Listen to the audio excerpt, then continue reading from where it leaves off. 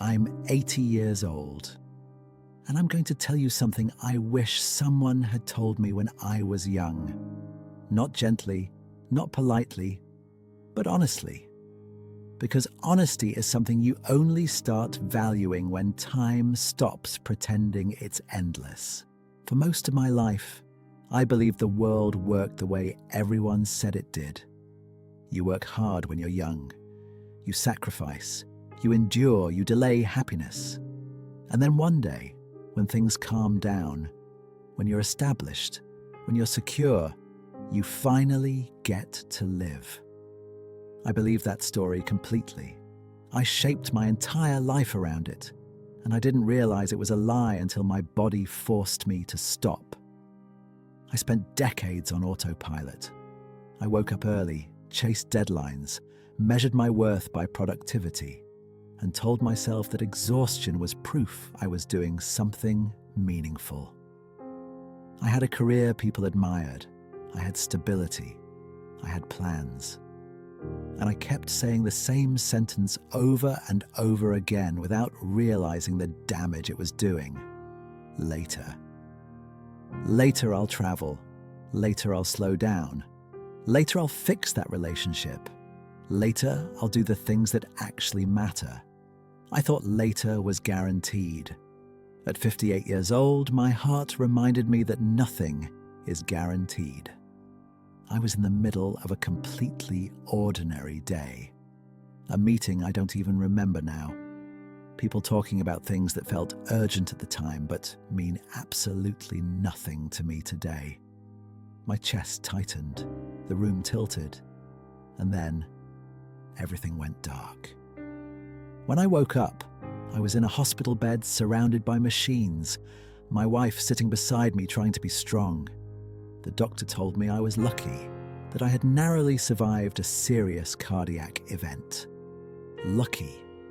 That word echoed in my head for days. Because lying there, stripped of movement, stripped of control, stripped of distraction, I was forced to confront a terrifying truth. If I had died that day, my life would have looked impressive on paper and hollow everywhere else. I would have left behind numbers, titles, possessions, and unfinished conversations. I would have left behind a version of myself that never really showed up. I realized I hadn't been living consciously. I had been living efficiently. And efficiency is a terrible way to measure a life.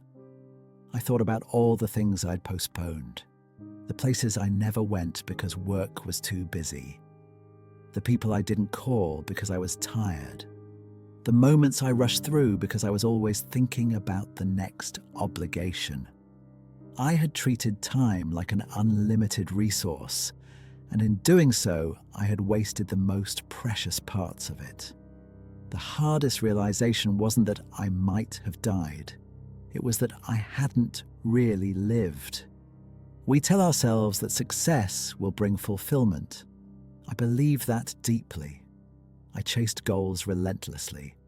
And every time I reached one, I felt incredible for a moment. Then the feeling faded. Then I needed another goal, a bigger one, a harder one. It never stopped. Achievement became a moving target, and happiness was always just beyond reach. I watched friends do the same. One of them worked non-stop for decades, built a business from nothing, never took a real vacation, always said he'd slow down next year. Next year never came. He died at 67 from a stroke. At his funeral, his son stood up and said something that still haunts me. My father was a successful man, but I barely knew him. That sentence should scare you more than failure ever will. Because when you're old, you don't regret the mistakes you made. You regret the chances you didn't take. You regret the words you swallowed. You regret the love you assumed you'd have time to show later. I don't lie awake thinking about deals that went wrong or projects that failed. Those things fade. What stays with you are the missed Sundays, the unanswered calls, the trips you postponed until someday. the relationships you neglected because you were busy. Busy is the most dangerous word in the human language. It convinces you that what you're doing is important, even when it's costing you everything that truly matters. My father died suddenly when I was in my 40s. We had a complicated relationship. I always believed we'd talk properly one day when life slowed down. Life never slowed down. One phone call, one visit, one honest conversation. That's all it would have taken. But I kept postponing it. And then he was gone. Permanently. No closure, no second chance. Just regret. That's when you learn the cruelest lesson of all. Time doesn't give refunds. After my heart scare, I finally started paying attention. I stepped back from things that drained me. I learned to say no without explaining myself. I stopped confusing obligation with meaning. And in the last 2 decades, I've lived more fully than I did in the previous 5 combined. Not because life became perfect, it didn't, but because I stopped postponing it. I learned that happiness doesn't come from owning more, achieving more, or being admired more.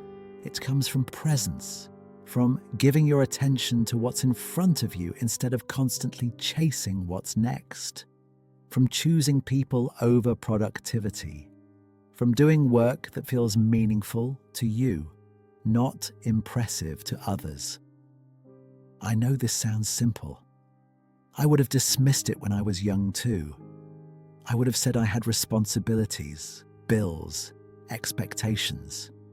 And you do. I'm not telling you to abandon your life. I'm telling you not to sacrifice your life for things that won't matter when you're old.